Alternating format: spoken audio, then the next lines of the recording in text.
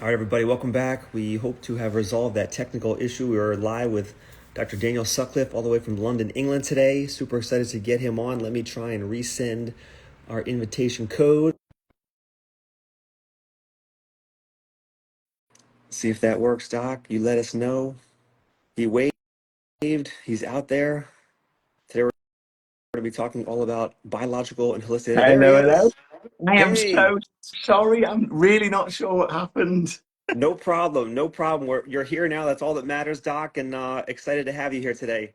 Oh, lovely, lovely to see. Lovely to see. And I'm so sorry, Derek. I'm All not good.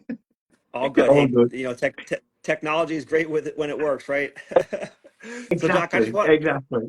I just want to read it. I just want to read a quick bio and introduce you to our community today. So, Dr. Daniel Sutcliffe is a holistic dentist based on Harley Street in London, England. His special interests include mouth-body connections and safe amalgam removal. He's a proud member of the International Academy of Oral Medicine and Toxicology. He is qualified in the Smart Amalgam Removal and is one of 3 dentists in the UK who have accredited status. He lectures at Regent's University in London and Aston University in Birmingham in mouth-body links. So, Doc, again, thank you for taking time out of your busy life to join us today. And I'm curious, Derek, it's a what, pleasure. Thank what, you. what, It's a pleasure. well, thank you. And what led you to a career in dentistry? What was your motivation for pursuing in healthcare and dentistry? My uncle was a dentist, so when I was at school, it was, do you look at medicine, do you look at dentistry? But with my uncle being a dentist, I started to do work experience with him when I was about 14, 15, just sort of going, seeing how he was practicing. And yeah, it just seemed to resonate with me straight away, really. It was something you're seeing people all day, getting little snippets into people's lives. And it almost seemed to me, I think I learned a lot from my uncle. It seemed quite a social thing to him. The dentistry was kind of done in between meeting his friends, which were his patients. And I think that resonated and clicked quite early on. That's wonderful too. So I've got a similar experience too. So I actually had a great family dentist as a kid and really enjoyed the interaction he had with his patients. I was always interested in the sciences and was really Yeah. drawn to the profession, both the biological and the artistic side of things. And I actually had an accident as a kid. I slipped on a patch of ice and broke my front tooth. So kind of had some traumatic experiences as a youngster. And luckily, a dentist was able to put me back together. Also needed braces. So I definitely felt the power of having a smile you're confident in and what that feels like when it's taken away from you. You felt it from the other side Yeah, yeah. But and what it can tell do. me, I hear a lot of buzz about mouth body connection in Yeah. on the internet these days, and what does that mean to you, and how does that resonate in your practice? But do you know what? It started about 20 years ago when I was at university. You do your first couple of years and you're learning how to place your first filling and you're learning about your crown preparations. But I think we got to the third year and I got a lecture that just absolutely changed my perspective on my career and how I wanted my career to go. And the lecture was on mouth body links. But 20 years ago, it was quite early on with all this. And I remember a lecture saying, I don't know whether it's common risk factors or there's a link, but between the mouth and possible heart disease and diabetes, it could be that the health of the mouth could really affect the rest of the health of the body. And just being a student at the time, I thought, hang on, it's literally not just about teeth anymore. It's not just about trying to save teeth. It's not just about trying to keep the mouth as healthy as it physically can be because you could lose teeth and patient may have to have dentures or whatever it is in the mouth. It's actually far more, much more far-reaching. And I think it's an everyday thing for us now, isn't it? You see that patient at 11 o'clock on a Tuesday, and they've got uncontrolled diabetes, they've not been to the dentist for 20 years. And you look in the mouth and there's terrible periodontal disease, and you speak to the patient and they say, I just can't control my blood sugars. Did you know there's a link between that and what's going on in your mouth? And invariably, unfortunately, even 20 years on, that there isn't that knowledge. And I know we've got a lot of correlations and we haven't got the actual causations, and a lot more research is done. But it just seems so apparent to me that whatever we do in the mouth is connected to the rest of the body. The patient who's has bruxism and has had countless mouth bagarres, you ask them about the sleep, and they're like, Dan, why are you asking me about my sleep? Oh, Dan, I've got something called sleep apnea. I snore. My wife's got me in the back bedroom. I need to get it sorted. Did you know it could link with your bruxism? And I think for me now, it's so natural every day. Every single patient comes in, it sounds stupid, but it's coming out of the mouth to be able to treat the mouth. And that's the best way to treat the mouth. You make a lot of good points there, and it's interesting. So when I was in school, again, this philosophy was kind of new and at the forefront, and it wasn't really a strong connection in my dental school education yet. It was kind of just beginnings, and we had great one oral medicine professor who would always talk about these different lengths, and everyone's like, you know, this what's this guy talking about? We're here to be dentists, and it didn't really occur to me at the time. But once I got out and started practicing, it's like, yeah, as dentists, we really are on the front lines of healthcare because patients probably see us more routinely than they see their physician for their annual physical. They're probably seeing us at least Absolutely. twice yearly for cleanings and hopefully more. So, you know, we're on the front lines of being able to intervene and talk to patients about a whole host of conditions. I Yeah. mean, health and medicine starts in the mouth, and we're in a great position to see if there's some kind of dysbiosis or disruption in the person's health. Absolutely. And they get to know us because we see them every 6 months. And invariably, you get to know the families as well. You treat the husband, the wife, the mother, the kids. And because they get to know you, that's when things can slip just about general medicine. And I think, like you say, we're frontline and we see people all the time. That's a great point. And one of the things I like to talk to my patients too about is nutrition. And a lot of my patients kind of scratch their head like, you know, gee, doc, what do you, I'm just here to fix a broken tooth. Why are you wondering about my diet? And I'm like, no, Mrs. Smith, this is important because, you know, caries is a very preventable disease process. And if I can identify what you're eating, Hmm. we can stop this cycle from progressing and getting worse. And look, I don't want to be the fun police. You got to enjoy your life, but just brush and floss afterwards, trying to minimize your exposure to acids and sugars. And I talk about the caries forming process when the pH drops in the mouth, and really kind of educate them and give them the tools and responsibility to help me so I can help them. Absolutely.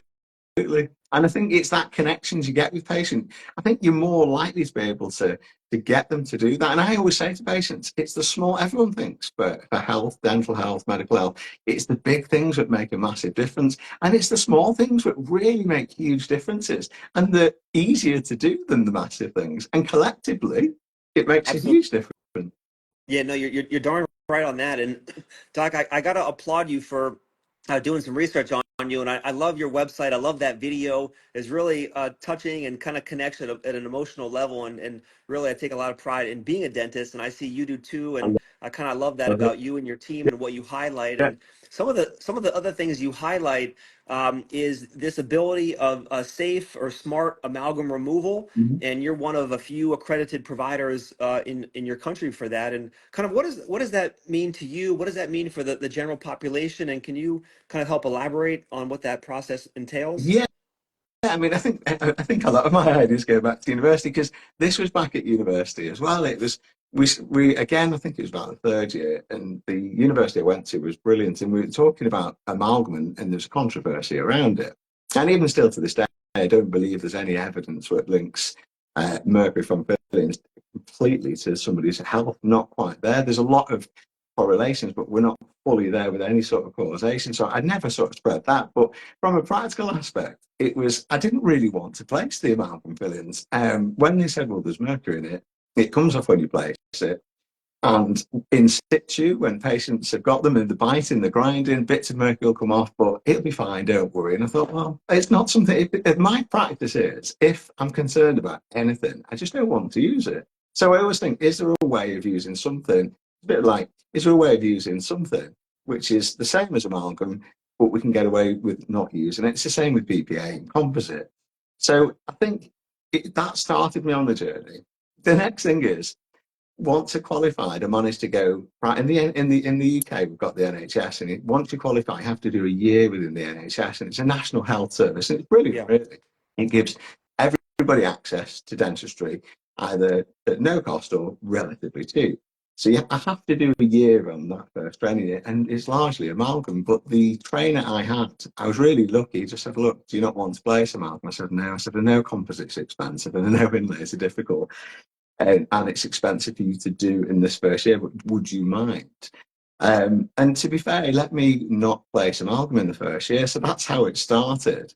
All right. But then I didn't want to drill through the amalgams. You know, the patient comes in, they've got two amalgams on the lower left, and they've both got decay under. I thought, well, I don't really want to drill through it either. Um, and that's where the IOMT came in. Well, as soon as it's the International Academy of Oral Medicine and Toxicology, and Yeah. it's these smart guidelines, and it's just a load of, from what I feel, very sensible guidelines. So you're covering the hair, you're covering the body, you have a separate air supply, we have a dam in the mouth. I invest in these air circulation systems to be continuously cleaning the air. And there's a Okay. flex which sits underneath the chin. So as I'm drilling the fillings, it pulls the air away. And you know what? I might be over the top, but I'm happy to be over the top. And the IOMT was a bit of a savior for me, really, because it was what I was looking for. I didn't want to place them. I didn't particularly want to drill them out without protection, not just for the patient, but for me and my nurse and everybody else in the dental office. So this smart protocol was an absolute godsend for me. And it just helps me work with amalgam in a way I'm happy to work with it. I love that. I think it's a wonderful service you're providing your patients. And I'm curious so in Europe and in England specifically, are you able to be both a fee-for-service dentist and an NHS dentist, or do you have pick one or the other, or how does it work No, in terms of you're how right. dentists are compensated? Yeah, you're right, it can be mixed. I'm fully private, so you'll have NHS dentists which only will do the National Health Service.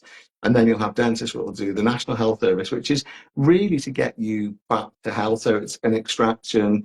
Root fillings can be done, but they're generally referred to specialists. Dentures, crowns. The crowns on the back teeth would be metal. The fillings on the back teeth are usually amalgam. And some dentists can place composite at their own cost for the patients. And then there's a mixture, and then you have dentists like myself, who are completely private.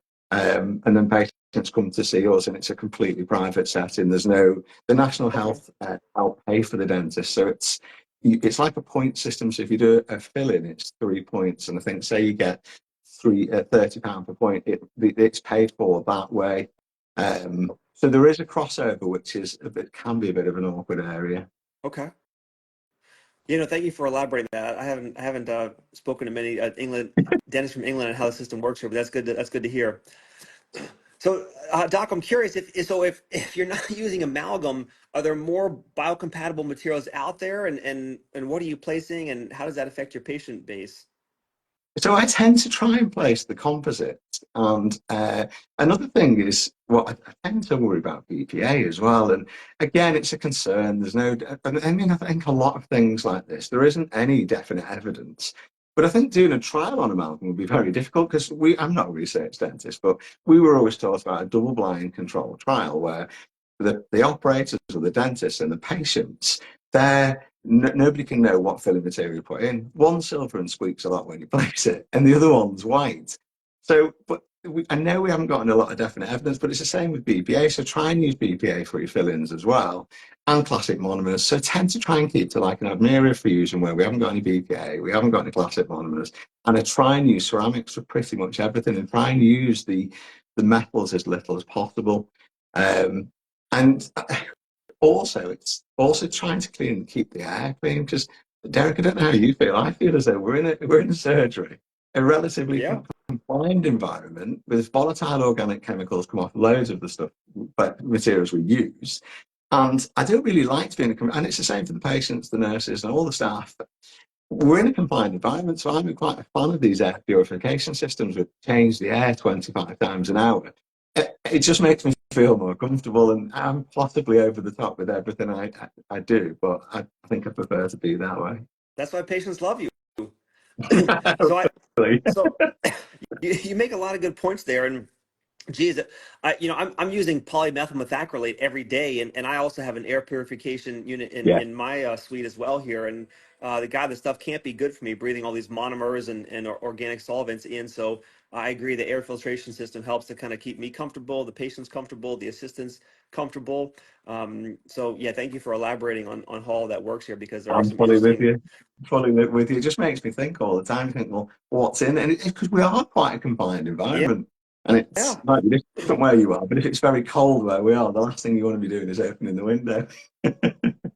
I agree. Now, now but besides products that you use in the teeth, like restorative materials, what about like oral hygiene products? Do you try and eliminate extra unnecessary chemicals and detergents from oral hygiene products you recommend to patients?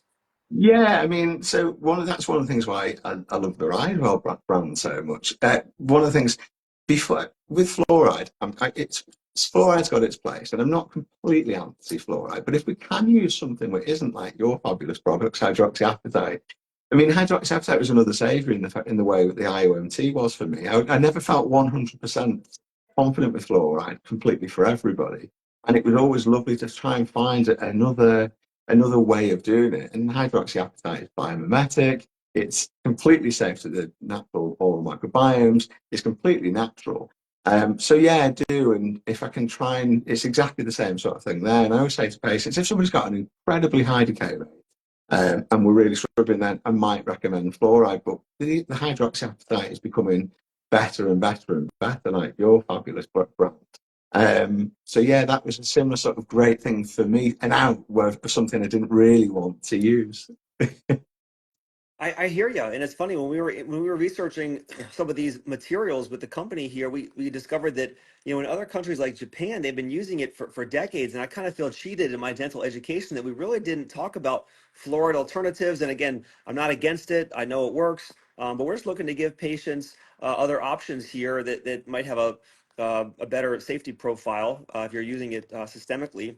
And I'm curious, in the dental schools over in England, do they talk about hydroxyapatite, or is pretty much fluoride all they talk about there?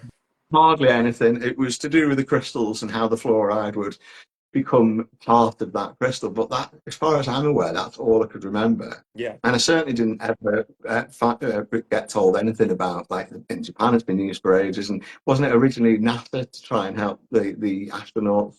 So absolutely. I'd never heard of anything like that. And I mean, that was, as soon as I heard it, it was again, it was that lovely thing thinking, brilliant, this is another alternative to something. I'm not saying it's wrong, but there are concerns, and I'm always backing away from a concern. And even if a concern turns out to be nothing, then I know in years to come, well, it came to nothing, but I didn't use it. But if something did come from anything, I know I've tried the best I can to sort of reverse out of that cul-de-sac. I hear you. I feel the same way. So, Doc, I'm curious about how do you handle dental phobias, dental stress? I feel like so many people come into the office or they don't come into the office because they just had a bad experience. It usually goes back to childhood and it kind of turns them off from dentistry forever. And Yeah. unfortunately, conditions in their mouth deteriorate. How do you handle dental phobias and anxious patients in your practice? Do you know what? Time and time. And I've always said this, and dentists can not criticize, but I only work 3 days a week, and I block book patients with huge gaps. So I'm aware I give a lot of time, but it's that patient coming in, 5 to 10 minutes to get to know the patient, not just about dentistry, but about the grandkids, what sport they follow, where they're going on holiday. And me talking about my family, saying, about my wife and my daughter and where I'm going on holiday. It's that connection. And I think with a lot of fear, it's always fear of the unknown. And I think people are always nervous of something they don't know. And I think the more you've got that human contact with somebody, the more that person knows about you and you know about them. And that connection relieves a lot of the stress. And even dentists are a lot more time constrained than I am. I always still say to them, if you can spend 5, 10 minutes before you've treated a patient, getting to know that patient, if you've got an hour and a half for a procedure, what's 5, 10 minutes at the start? Because I can guarantee you'll probably save 5, 10 minutes from the end of the procedure anyway. I always find, I'm sure you feel the same. It's like if you're trying to treat somebody who's anxious and stressed, there's that tension, isn't there? And even the simplest procedure can be very difficult. But when that patient knows a little bit more about you, you know a little bit more about them, you can have a good time, you can do something funny, and the whole environment of the dental practice changes. You're relaxed, the patient's relaxed, and the nurse is relaxed. And you can feel an environment when you walk into the practice. The dentist who works upstairs, Harry, he's pretty similar. He's got a brilliant sense of humour. So our staff are very relaxed, and everybody has a good laugh. And if I'm not just saying this, but in the 20 years I've been a dentist, I've never woke up and thought I don't want to go to work. I love it, and I think that atmosphere is immediately apparent as you come through the door. So it really reduces the stress and the anxiety. There are little tricks, like if I think somebody's really, really struggling, I'll knock my chair down to give them a little bit more control. Little tricks like that. But in general, I think time and building that those relationships with the patients. Yeah, I really that message really resonates with me. I feel like a lot of the uncomfortable situations, or maybe situations that didn't go quite as smoothly in my own experience with dentistry, I could look back, and a lot of it stems from my inability to have good communication with the patient, or kind of establishing that rapport before we start a procedure. And so I fully agree that taking time in the beginning to get to know the patients and have them get to know you really makes things go smoother. And one of the things that my former partner would always tell me, he was like, Derek, patients don't care how much you know until they know how much you care. And But they that is so don't. perfect. Well, That's it's just, it. yeah, Yeah, so many times you go into a medical establishment and the doctor's just trying to impress you with their knowledge, like, look at how yeah, smart I am. But really, look, patients obviously need you to be smart and competent, but at the end of the day, they want you to care about what you're doing and have some compassion, because yeah, most people are scared to death about what they're about to go through. And so I find that everything you said really resonates in trying keeping people calm and comfortable. yeah. Because yeah, when there's an anxious patient, God, it makes me anxious. It makes my assistant anxious. Like it's And it not just going to go well. passes on, doesn't it? You can feel it in the ether almost. You can feel it all over the practice. The tension just dissipates. But it's the same the opposite way, isn't it? I absolutely feel like that. And I think when the patient realizes they're not just a set of teeth, because especially you get used to doing your procedure, your composite filling or your crown prep, and your head's on this angle and that angle and how everything works. But it's just coming out every so often, thinking that somebody's attached to this tooth. It's that whole view again, isn't it? I suppose. It really is, and I didn't really get exposed to that in dental school. I know dental schools are tasked with a tremendous responsibility to try and create competent, safe dentists. But making sure that you Yeah. connect with your patient is something I didn't really get till much later in my career, and I wish I had picked up on sooner. But hey, better late than never, and I'm glad it's a message that I try and spread out there as well. But thank you for I sharing can that. imagine you've got it aced. I can just tell already. I can, Well, we got a tough crowd here in Boca Raton, Florida. Very very high dental IQ. People are paying a lot. They expect a lot, and I've got a military background. I spent 8 years with the Navy, and so wonderful patient population and group of people, but very different from the Boca Raton, South Florida people. And it's not there are a good or lot more bad, but just different. And demanding. yeah, I really had to elevate my game to be able to respond and treat these people. So just made me a better provider. So Doc, I want to get your feedback also. There's a lot of conversation talking about quote unquote traditional dentistry versus holistic or Mhm, biological dentistry, and sometimes it confuses people. Sometimes patients come in and mhm, talk to me like, where do you stand? And I wanted to get your feedback on how you have these conversations when people use these loaded terms here.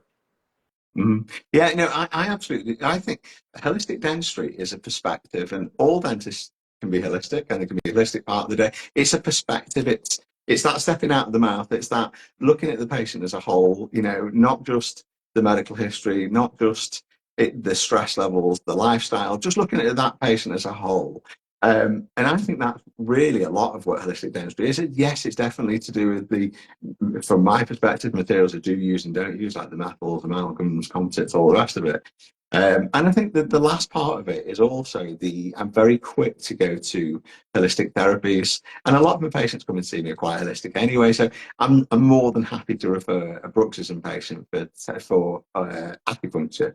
I'm more than happy to refer a patient who's almost snowed under stress and just to hypnotherapy and I'm not sort of clinically saying this has got clinical results, this is tried and tested, but I've got quite an easy crowd really with the patients I'm coming because a lot of my patients are already very holistic anyway.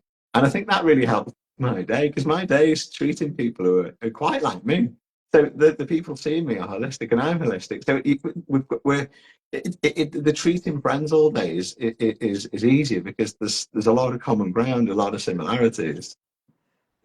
That's a great point. When you attract patients that are already like your current patients, they kind Yeah. of know your style, they know what you're into, they know your treatment modalities. That makes things much easier than trying to like convince someone who may not be used to the type of dentistry that you provide. Absolutely. You're already there. And because they're similar to you, the trust is there. And once the trust is there, the stress and the pain and the anxiety all goes because you've got a common ground. It's like everything with human nature. It's that common ground, isn't it? And it's not just dentistry. It's everything. It's that common ground for the bonds and the relax and yeah. Yeah, that's so true. I love that. So, looking at holistic dentistry and more biologically focused dentistry, how do you think about things that affect the rest of the body? Is there a relationship between oral health and systemic health? And how do you talk about that with your patients? And what signs and symptoms do you see with someone who might be struggling with struggling oral health, leading to struggling systemic health? Yeah, I mean, absolutely. I mean, from 20 years ago when I was at university and when that lecture, it literally changed the way I practice. I've always kept up to date with, or as much as I can, with as research as possible. And my view of how treating the mouth affects everything. I mean, the oral microbiome, a lot of people know a lot about the guts, but the mouth is the window, it's the gateway. There's a lot of, particularly, I don't want to use a non-scientific term, but for everybody, vicious bacteria in the mouth. And I think we used to think the bacteria is in the mouth and it doesn't go anywhere else. But we know there's the stomach acid that we thought was blocking a lot of the mouth bacteria isn't always depending on the situation, whether it be medication. There's the bacteria in the mouth, which me and you'll know about, called P. gingivalis, can have an acid resistance to it. Um, so there's the bacteria can travel, and it's not just in that instance, especially if there's any periodontal disease. And for the listeners, that's a gum disease, which where you lose some of the bone levels. The bacteria can then go straight into the blood, and it's a super, it goes all over the body then. So this belief of the bacteria just stay in the mouth isn't necessarily, I don't think, true. And I know we've got so much more research to do, and I know there's a lot of correlation. We need full causations and really high quality research on it. But we know that they're all linked, and it's not even just about the types of bacteria as well. We can talk about F. nucleatum, or which is one we think could be connected with colorectal cancer, which is very early. We need a lot more research, and P. gingivalis, but there's different strains. So we could both have one of these bacteria in the mouth, but the strain what I could have could be far more virulent than the one you have, and it's our response to it. It's the genetic factors linked. So there's no doubt. I think it's brandished quite a lot on Instagram, and I think it's a great thing to be. You can't have a healthy body with an unhealthy mouth, and I think that is a really important concept. So the links with rheumatoid arthritis, patients, we would never have thought where a joint condition could be connected to the mouth, but there's a lot more research growing and growing saying it is severity, onset, pain felt. When periodontal disease is treated, some of the pain felt with rheumatoid arthritis, with patients with rheumatoid arthritis, is going down. The diabetes link, the links, or there's even an Alzheimer's link. It's what these bacteria are releasing. So this is growing and growing and growing, and this list is becoming bigger and bigger and bigger. So everybody who comes in, the medical history, because a lot of patients say, Dan, why are you really going over this medical history? It's not about doing a procedure to check it's safe with the type of medical history the patient's got. It's about how can an unhealthy mouth affect the rest of the body. So that it's linking those two together with that. So I feel they're completely connected. And there's a discord, isn't there? It's like dentists work here, and then the doctors work all over. And I feel as there is a bit of a disconnect between medicine and dentistry. And I often say this, and patients and other people may be a little critical, but there is. A lot of what you say is so true and resonates with me. And how is it? It's almost unfortunate that here in the U.S., dental schools and medical schools are separate institutions. And in England, are dental schools part of medical? Like I know, or are they separate, like in the U.S.? There is links, so it's changed now. But when I did dentistry, we did the same course, the medicine course, for 2.5 years. So we did exactly Okay, the same as the medics, the same exams, everything was the same. And then in the okay. last 2.5 years, maybe 3 years, you flip across to dentistry. They've changed that now. The dental schools and the medical schools have become much more separate. In fact, they were so close. My brother did the first 2.5 years of dentistry, like dentistry, and swapped the medicine. So that was how close it was. Whereas now they are quite separate. And like, why should they be so separate? Everything is linked. There's no chance that something happening here won't affect everywhere else, and vice versa. Yeah, I know. I think it really, hopefully, it'll come back full circle where we kind of more have a more integrated educational experience. You make a good point there. I'm also interested in that topic you raised about diabetes and some of the research I've seen looking at how, diabetes could actually be a Yeah, bidirectional process where if you've got periodontal disease, that can worsen your ability to regulate your blood sugar if you already have diabetes. And if you have diabetes, it further exacerbate periodontal breakdown. So looking at these bidirectional relationships are pretty fascinating too, and the link yeah, between oral health and systemic health. yeah, an absolute two-way street. In fact, I had a patient not so long ago, and he's a lovely guy. He came in, he'd not been to the dentist for a massive amount of time. And he come, a friend, we treated a friend of his, and he said, like, I hate dentists. You know that what everybody says to us, or a lot of people say, Oh I yeah. hate dentists. Oh yeah. I've heard you're quite nice, but I hate dentists. And then I looked, and the state of his mouth was, the periodontal disease was massively severe. And he was completely open and said, I absolutely can't control my blood sugars. They're everywhere. And then I got him off to a brilliant periodontal specialist in London, maybe about 18 months, a bit longer. And so it'd be interesting to see how he is. He's already saying the blood sugars were easily controlled now, and it's 18 months on. I know it's not definite scientific evidence, and it's just what we see on a daily basis, but it's still something that's nice to hear that feedback. And it's a complete two-way street. They kind of make each other worse, don't they? It's, the blood sugars that they can't control makes the periodontal disease worse. And then as the periodontal disease gets worse, the blood sugars become even more difficult to control, and it just keeps going. Yeah. Yeah, I mean, we're really on the front lines to help intervene and educate patients on the link with oral health and systemic health. So I'm curious, Uh, what advice do you have patients that are looking for a more biologically driven or holistically driven dental care and an oral health care team? What advice do you have for those folks on maybe how to find you or find a dentist that resonates more with this message? I think the IOMT, I mean, I'm a massive fan of the IOMT. I think it's a brilliant organisation. The IOMT is a good start, especially if somebody is wanting some sort of work with amalgam. So you have the SMART protocol where we've all learned, and they've just changed it last year. So we have to prove the types of dentistry, taking pictures, case studies to make sure we're using all the equipment. But then the accredited is the next level up, and then there's fellow, and I think master. But they're where they've got more qualifications in holistic dentistry. That's a really good place to start. But one of the things I always say is Instagram, what we're doing. Instagram's a great window into a clinician's practice. It's a window Sure. to see who am I, how do I practice, what type of practice have I got, what's my ethos, how's my business run?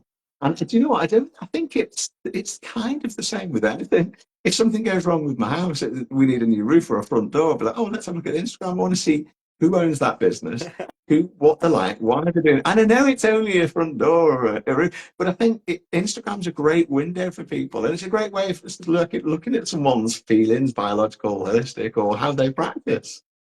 It's a great portal into someone's business and personality, and you really gotta get to know the person. So that I totally agree. It's a powerful tool. Yeah, So massively. so once patients do find you through Instagram or through podcast or any of your other channels, what do you how do you help them in terms of, do you have a standard approach in how you treat everybody? Is it customized? Like, how do you run through people through your new patient exam and develop a treatment plan for them? Yeah, I mean it's reasonably pretty standard. I spend a massive amount of time, as we've said before, just literally looking at everything, the medical history, everything around there, and I'm reasonably standard. And I think I'd seen an Instagram live what you did a while ago, and you said there's a time where clinicians interrupt. Did you say it was a minute? Within a minute, the clinician will Yeah. generally interrupt the patient. And I try every day not to do that and do the exact opposite because I know you're more likely to learn more from that patient. But it's almost ingrained in us because we've done it for so long. And you're trying to get to what's caused that symptom or what's going on. So, yeah, I am spend a lot of time with people. Everything's quite standard. They come in a certain way. What I do tend to do is, if I can, because a lot of our patients come from a long way, I often say is, can you send me x-rays, even if they're a year old, if they're 2 years old? I like to have a feel of what's coming before it comes. So when a patient's come in, they've already done the medical history and it's come into our portal, our software. often X-rays have come in. And then we often do like different chats through the email, whatever. And we often ask about the dental history. So I just sort of got a huge picture before that patient comes in, because then there's certain things we think, okay, I might want to look at that. That strikes possibly a bit of a red flag. So there's a lot of pre-prepare for our patients. They think they're coming in and they're having the time and they're going back, but I've already looked at the medical history. If they've sent X-rays, I've already looked at the X-rays. And so, yeah, it's that kind of thing. I love that. And you know, it's funny you make that comment about how quickly physicians can interrupt a patient unknowingly. So when I'm just sitting there listening to patients kind of give me their background, their history, and I kind of just let them talk, it's almost like they're like waiting for me to interrupt. They kind of pause themselves, like, oh, he's gonna interrupt now. He's gonna interrupt. Like, I gotta cut my story short. I'm like, Mrs. Smith, I got, we booked an hour. Like, you keep going. Like, this is your Like, we've time, got and time. I'm just here to listen to get to know you and tell me your story. They're almost, you can sometimes tell with these patients, they're always almost going a little bit faster because they want to try and get their information across to you as fast as they can, because that's what they've had to do in the past. Yeah. It's so funny. So that they're not used to different styles here. Yeah, like, just, it's fine. We've got the time. Look at the clock. We've got another 55 minutes. Just Yeah, don't worry. You're not putting me out. You're not taking my time away. This is what we're here for. they're And the like more we out, learn, out the of better they're it's like going out to of be. breath at the end. Like, woof, I got it all out. Or when they come with big lists because they're so used to having a quick 5 minute appointment, or and then I've got a list, is that all right? And sometimes what we also say to patients, if somebody's asking a lot of questions through an email or at the start, WhatsApp is our most common now way of communicating. But we just say, well, do you want to send us a list of what you're worried about, what you're concerned about? You hit a bit about your history. And it's that preloading, it's that knowing what's going on before the patient comes in, going, okay, they've had three fillings at this time, and that was a disaster. They ended up having all sorts of trouble. And you just know more then. You make a great point. And something you said too about answering questions over the phone.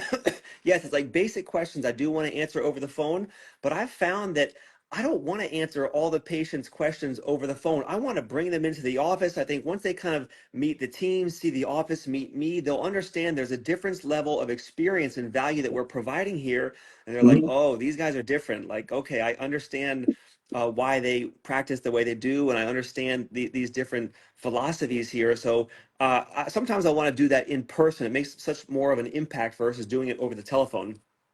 And you can tailor it more towards them as well, can't you? Because when they're asking you generally about decay or whatever it is, and people go, oh, I think I've got decay, and you're spending a load of time on the phone before you see them, we're talking about decay, and then they come in, there's no decay, and you think, well, we've wasted that half an hour, which is fine. But it is always better in person, so you can see the person, you can see the teeth, you can see what's going on. And then it's the advice is completely tailored to that person. Heck yeah. All right, Doc. So serious question. Where do you see holistic dentistry going in the next 5 to 10 years? Any themes or trends that kind of pique your interest here? And do you know what? I would love all dentistry to go this way, but microbiome testing. So I know there's still a long way to go with accuracy. It's a bit like my aura ring. I love it, but if I fall asleep and wake up the next morning and look on the aura app, and I know I've been up twice, and it says, "Oh, you've gone to bed and you've had a perfect sleep." I know I haven't had a perfect sleep. So microbiome testing, I think, is everything, especially the latest tests. We are looking at strains. We are looking at the response of the human body. We are looking at genetics. Wouldn't it be brilliant if you go to the doctor, and if you're going to the doctor, it's quite normal for you to expect a blood test, isn't it? Why not go to the dentist and get a saliva test? That's another thing which is always confused me. I thought, well, we should be. And we can look and go, okay, there's periodontal disease or decay or whatever. These are the bacteria you've got. This is the type of strains you've got. This could be linked to this and this could be linked to that. And people love data. So you can give people these data and say, look, this is what I found in the mouth. This is what we found on this test. We're going to retest this in a year, since there's a time frame. You're going through the plotting, you're going through the oral hygiene, you're going through all of that. And then in that year's time, you can retest again and have a look at the profile and how it's changed. And wouldn't it be brilliant if we could link it in? And then rather than just giving pre and probiotics, but they're almost laser guided and targeted just for that patient, depending on their oral microbiome. And maybe even having it in into an app where you can look at the types of food you should eat, the pH that you might not want to eat. And really, I don't know whether you've got Zoe in America. I think you probably have, where you I'm not look at sure. it. So what you do is it's an app which I think it's generally from one of the London professors has done it. So they look at Okay. you how you respond to blood sugar, how you respond to the fat, and then you do stool samples and they test your gut micro or your biome, your gut bacteria. And then what it does, it has an app, and then you can take a picture of food, and it'll tell you a score between 1 and 100. So if it's on a Friday night and you're Oh, I eating love something you it. maybe couldn't be doing, yeah, that's one. And then towards 100 if you've been a little bit better on a Monday evening. That's so it gives you scores. But wouldn't that be brilliant in the mouth if you could say, okay, well, this is the type of bacteria we've got. This is the type of diet. And I know a lot of it would be similar, no sugar, no acid and stuff like that. But wouldn't it be brilliant if we could put it all together in some sort of an app as well? But well, I hope. Let's do it. I love the idea of customized medicine in the future here. And there are companies like Cavisense where they have these little pH strips looking at measuring Yeah, pH of your mouth, trying to predict when you're going to be in that caries causing range below the 5.5 on the Steffens curve. 5.5. But yeah, Yeah, yeah, and yeah, you could have maybe other little strips that are able to measure what types of strains of bacteria you have to see, are you in any kind of a symbiotic positive relationship, or are you falling yeah. more into a dysbiosis unregulated state where some strain or ecological niche is overriding the positive strain. So I think customized microbiome testing would be wonderful for the future, and if we combine that in an app, that would be the way to attack it. And I don't think we're a million miles off from as I gather, I've been told the science isn't far off to look at the exact strains, the types of bacteria. I've already started doing one of the tests, giving you the exact strains of the bacteria, of say Peasings virus or whatever this bacteria is, the response of the body. We are kind of there with it. So I don't think I hope it's not a million miles off. And it would be brilliant to be able to, that's real. You're not just looking at not letting your patients lose teeth there. You're looking at how to get your patient the absolute best oral hygiene and all. You're looking at the gold standard, and that'd be brilliant. I love it. So, so Doc, we are here in January when we're recording this. It is New Year's resolution time, if you believe in that stuff. But patients who are looking to have a fresh start, kick off 2025 with a new approach to oral hygiene, what tips do you have for people to live a more healthy, clean lifestyle, starting in the mouth? Well, I don't know how you are in the US, but I'm not having to go at the UK here, but I think one of the studies in 2021, I think it showed about 35% of people floss. So my big thing is to try and get all my patients flossing. And I put it a lot on Instagram videos. So a lot of my patients who are coming to see me have seen it on Instagram videos before. But there's quite a lot coming in. I'll just say, just be honest with me. And you don't have to say you do when you don't. Just be honest. Do you floss? Absolutely can't be bothered. And this is where I'll come up with that with your like your scrubby floss. Yes. I was like, this floss is really comfortable. Yeah, it's brilliant. And it expands, it makes your teeth feel an hour cleaner. And there's bits of hydroxyapatite in. And so that's where I really try and it's trying to get patients to floss. And another thing is, I don't know what you like in the US, but a good proportion of patients here don't mouth scrape either. Um, so it's trying to get them to do that as well. And patients will always say, Dan, I haven't got time. I was like, just try it for 2 weeks. And I know it's a bit sort of, I shouldn't really do this, but just try it for 2 weeks. Do it all. Just promise me, just do it all for 2 weeks. And I know that after 2 weeks, the flossing and the tongue scraping is likely to be done because once you've got that in your routine, it's in your routine. And after two Yeah. weeks, the amount of patients will say, Dan, I carried it on. But it's your hydroxyapatite toothpaste as well. I mean, that's a great thing. The floss. I've always said no to mouth rinses, but I think somebody from your office had sent me some of your mouth rinse, and I'd always gone, oh, it's disinfecting because you've got the good bacteria and the bad bacteria, and it's killing off some of the good bacteria. But yours isn't alcohol based; it's not going to affect the pH of the mouth. So it's the daily small changes that can make a huge difference. And don't think a small change is a small change. A small change can be a massive change. You make a lot of great points there, and I hope people take that message to heart. Today is a new day, and people can and start now with changing their regimen. So, I Doc, get I want to I want to be respectful of your time, Doc. We're kind of coming up on an hour here. I'm going to switch over to the Q&A portion of the show here, and my team has combined some questions from viewers here. So viewers, thank you for being engaging and always checking us out and having spirited questions here. So the first question is, natural toothpastes I've tried leave me with bad breath. How is natural oral care different, and are there some that can help me with bad breath? So I'll Yeah. jump in here Yeah. first here, and I think some of the things that people need to consider is there there are some things that maybe in your diet, maybe if you're Mhm. someone who has some kind of heartburn, some GERD, gastroesophageal reflex, there may be something coming from the stomach that may be producing some deleterious smells manifesting Mhm. in your mouth. You may have a condition called tonsil stones. Sometimes there Mhm. are these like calcified deposits back in the tonsils that smell rancid, and through no fault of your own, you may unfortunately be susceptible to those or Yeah. have those. Also, Mhm. making sure you're scraping or brushing your tongue, just That's a big like one, plaque I can, think. Yeah. yeah, just like plaque can get on your Mhm. teeth, you can get plaque and debris on your tongue. Just rotting or organic Yeah. matter anywhere is not going to smell too pretty. So making sure that all those areas are taken care of here. And Yeah. so looking at those options for helping with your breath.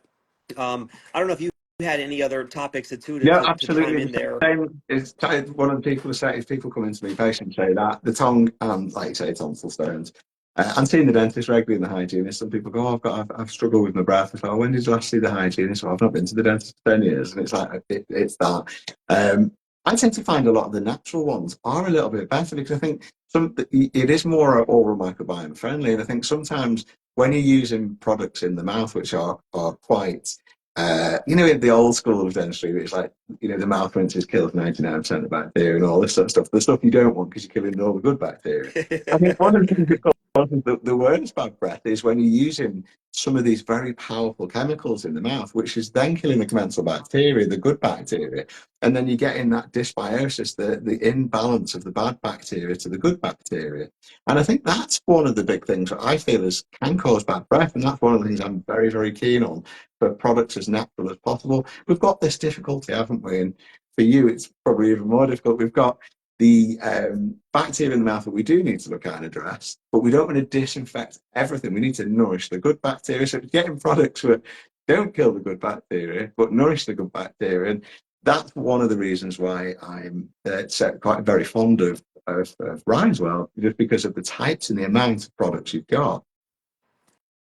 Well, thank you. I that all makes sense to me, and thank you, viewer, for your question here. Question number two: do you have any advice for telling your dentist that you don't want them to use fluoride, especially if they are a more traditional dentist? It's hard, isn't it? Because I'm not 100% against fluoride, but I worry about it. We know it's a powerful ion, and we know it's a powerful molecule. Um, and we've got no definite evidence at the moment. I know some people say there is evidence, but I don't think there's anything fully cast in stone. But again, a bit like me with the rest of the dentistry, if there's a concern and we can use something now, the hydroxyapatites are becoming more and more and more effective. I mean, you'll probably know much more about the latest trials with hydroxyapatite, but from what I can see is the hydroxyapatite is becoming more effective. Why not use something which is completely natural to your teeth anyway?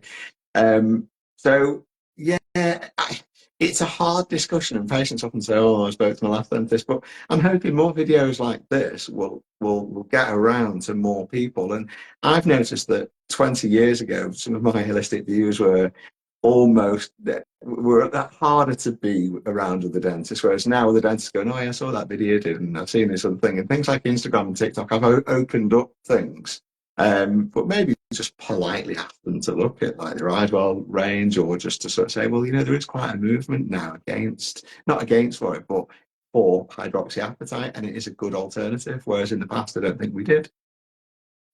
Yeah, you make a lot of good points there that I echo here, and I think sometimes patients come to me with ideas that I'm not always on board with, but I always try and listen. I'm Yeah, open-minded, yeah. and look, I don't claim that I can help everybody, and yes, Mhm. sometimes there is an impasse and it might not be a good fit for a patient, but I'll at least listen to Mhm. them. I'll hear them out. I'll give them time, because I think that's important, that we're not closed off, just dogmatic in our beliefs, because that really turns a lot of patients off here. So to at least hear them out, yes, you may not agree with them or Yeah. the chat GPT science they're presenting you with, but I But try and at the least listen. mind, that like a parachute, best one open. And I I love think that, like you've it. said, it's listening. I It's listening. And you love know it. what? Patients will sometimes say like a more unusual holistic belief to me, and I'll just say, do you know what? There is no evidence of it. But I'm not going to shut my mind off to anything, and it's validated. You know, it is like you say, it's that listening. I love it. Next question. How do you explain hydroxyapatite to a patient? So I'll go ahead and chime in on this one here. So essentially, I'll tell patients, look, I'm not against fluoride, but there are alternatives that are out there that, I think have a safer health profile in terms of if you accidentally swallow some. Uh, Mhm. Hydroxyapatite, it's biomimetic. It's made Yeah. of calcium and phosphate. It's what your enamel is already made out of. We're not introducing anything new to your body. I think some people have the belief that fluoride is naturally part of your body or it's Mhm. part of some mineral deficiency that you're supposed to have in your body. And I try and politely tell people, no, it's not technically part of your body. You don't need it for survival. Hydroxyapatite is already what your teeth are made out of, and it can remineralize Exactly. teeth.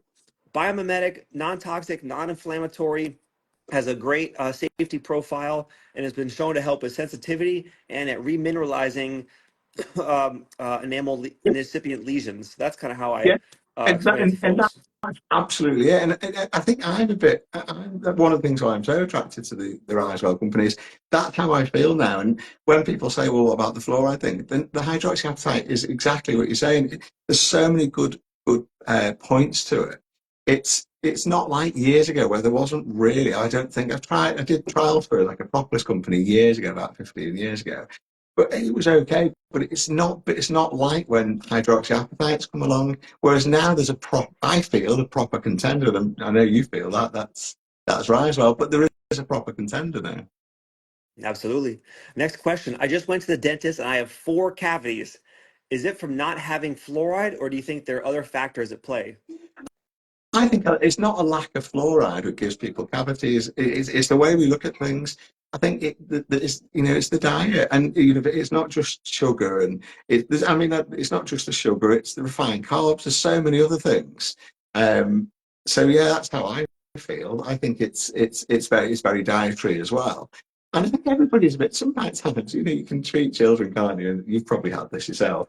One kid, and the mum's really honest and says, "Look, literally eats a body weight in sugar, and there's no sign of any decay." And then another kid comes in, and I don't know whether there is some sort of genetic link, but there's certainly a dietary thing. So it's getting on top of that diet, and a lot of sugar is so hidden, isn't it? And Oh, that's one of the things. it's I've started everywhere. to do this everything, and it's like I'll keep taking pictures of things or putting labels onto my Zoe app, and it'll keep giving me scores as zero because there's sugar in or because there's something in. And you think, no, I didn't. It's very difficult to get away from sugar, I think, and it's easily hidden. I believe in personal choice and freedom, but I do think, man, at some point in our lifetime, there might be a class action lawsuit against Big Sugar, like there was against Big Tobacco. I mean, with Yes. with, Yeah. with people not understanding the dire consequences of consuming too much sugar, both for decay and systemic overall health. I mean, Yeah. there might be warning labels on this stuff at some point in the future. I mean, it's just such a powerful molecule. And I'm not advocating for outlawing it, but man, I think people need to understand the risks of consuming too much of it. It's such a powerful addictive substance. Absolutely, it's the danger of it, and I think because it's a bit like anything. When something's been used or eaten or ingested for a long time, there's almost like a perceived sort of safety of it. Oh, it's been around for ages, Great granddad he used to eat loads of sugar. But just because something's been around for a long time it doesn't mean you've got a perceived sort of safety of it. Well, you know what blows my mind too? Here in the U.S., our companies are allowed to sell us the junk, whereas when it's sold in Europe and Canada, they're required to remove a lot of the unnecessary or extra chemicals. I think here in the U.S., they were just able to finally get one of these red dyes out of our foods, and maybe there'll be some action on sugar or warning labels or something, because here in the U.S. they've been selling us the crap for years, where when they when they sell it overseas, I don't know. they have to make the food healthier, which kind of infuriates a lot of Americans. It's an outrage. Yeah, I didn't know that. So there's a lot. So yeah, I had no idea. But do you know Yeah. what? I absolutely agree with you over the sugar. It's the damage it does. But one of the things this Zoe thing does, this app where it teaches you what to, when you're putting in what you're eating every day and you want that score, as soon as you put sugar in, it puts it virtually down to zero. So it's like, oh, there's again, it's that data-driven thing. We were talking about data with oral microbiome tests. It's like, if I eat this, I've got a score of zero today, and I don't want a score of zero. Yeah, it turns it But into a it game. kind That's of helps good. that. Yeah, yeah. All right, last But couple maybe questions. that could be linked into an app for us. I love it. I love it. Okay, last couple questions here, Doc. What are your thoughts on the graphene and anesthetics? Yeah, we're getting a lot of questions on that at the moment in the UK. So I wrote to my company who do the local anaesthetics, and I've got the email back saying there's no graphene and no derivatives. But it's something I'm certainly looking into. What about yourself? How do you feel? Because are you like me in the last sort of 6 months? The questions have exploded. Well, I'm a little embarrassed. I feel a little ignorant on this topic. I actually haven't heard of this concern, so I need to look into it, to be honest. Right? Yeah. It was to do with the types of graphene and any derivatives in the anaesthetic. So the first thing I did, I got the first patient who asked me, I think was maybe about 9 months ago. Okay. And then I just literally wrote to the company and just said, look, this is a question. I use your product. Can I have an answer? And they just said, we absolutely state there is no graphene and no graphene oxide in any of the. Presumably there's something in it that people are very worried about. But I don't think all anaesthetics have got it in. I think some dentists have talked about magnetizing the solution, but I'm not sure I'm keen on injecting a magnetized solution. So I certainly wouldn't do that until we had a lot more research and evidence on it. Yeah, I'll have to dive deeper and take a look at that. But thank you for your question, viewer. And last question: thoughts on xylitol for teeth? Massive fun. It affects the stickiness of the tooth, with more saliva flow. Um, it's a win all the time. And because quite a few of your products have got the xylitol in, haven't they? Heck Which of yeah, your products bacteria. is Heck yeah, it it's pretty much all? naturally derived, non-GMO, and bacteriostatic for against the strep mutans. And which products have you got that have got the xylitol? And is it the The mouth the certainly the has tooth the toothpaste? the toothpaste, the floss, the aha mints, and the mouth rinse. So pretty much everything. Brilliant, everything. I love those Yeah. mints. I think those mints are brilliant. Well, thank you. Just don't give xylitol to pets. It's not good for dogs. But yeah, when patients ask about xylitol, I always say, listen, it reduces the stickiness of the strep mutans. That's for everybody at home. That's the bacteria. It's one of the bacteria, well, the main bacteria that contributes to decay and increases the saliva flow. So it can only be. It sounds good to me. Absolutely. Hey, Doc, this has been an absolute joy. Tell us, how can we support you? Where can people find you and your work? The bespoke dentist, I put a lot through Instagram like here. We run a WhatsApp, so if anybody wants to message us, if there's anybody in the UK who wants appointments, my wife does the reception and she's pretty much worked 7 days a week. We can be watching a film on a Saturday night and, oh, can we just pause it? I'm just going to book a patient in. So one of the things we implemented, so yeah, there's the WhatsApp as well. Oh, I love it. I love it. Well, Doc, I'd love to meet in person someday, and you're always welcome here in South Florida. I'm always in Florida every year. My daughter, well, I say my daughter loves Disney, but we all love Disney. Heck yeah, who So we doesn't? go to Disney pretty much every May, but it's really been a pleasure, Derek, to do this. It really has. Hey, take care. Have a good one. Oh, all the best. Take care. Have a good Bye weekend. bye. Bye.